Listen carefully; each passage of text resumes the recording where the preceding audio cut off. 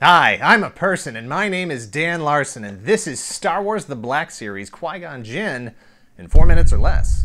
Star Wars The Black Series Qui-Gon Jinn is a 6-inch scale action figure from the most successful Star Wars fan film ever made, Star Wars Anakin's Kind of Neat Day on Tatooine. Star Wars, oops, this is not good. Star Wars Underwater Space Rabbits versus Robot Skeleton Bugs. Star Wars, a pretty good lightsaber fight at the end if you stick around. Star Wars, there's always a bigger fish. Star Wars, are you an angel?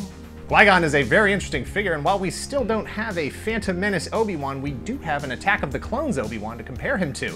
The difference between Qui-Gon and Obi Wan shows how much the Black Series has changed since Obi Wan's release in 2014. Where Obi Wan is glossy from head to toe, other than the bit of cloth goods around his waist, Qui-Gon is mostly matte finish. Your product may vary slightly. Having a non-glossy finish goes a long way to making it look more like a miniature person than a plastic action figure.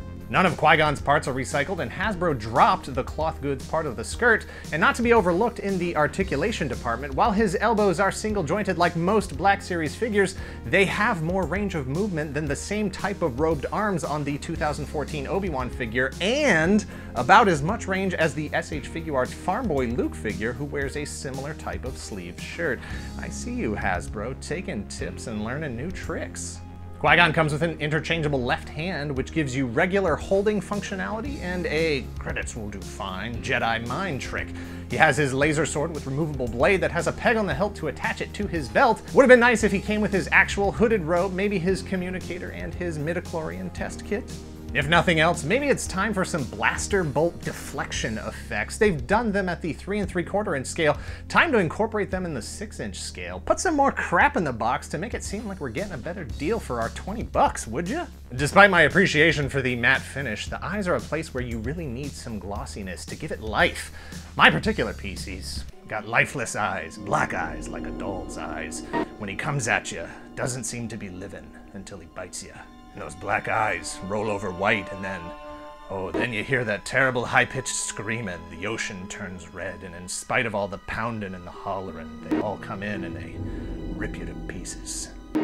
Other than that, it actually is a really good likeness for a non-helmeted, non-droid, non-alien Black Series figure. The Phantom Menace is the least represented film in the Black Series line with just 6 figures. And that's if you're being generous in counting Jabba, R2-D2, Yoda, and Emperor Palpatine, which you shouldn't because his face doesn't get Mace Windu'd until 2 movies later. And while I don't need a Jar Jar Boss Nass, Anakin Padme, or C.O. Bibble, I would absolutely buy a,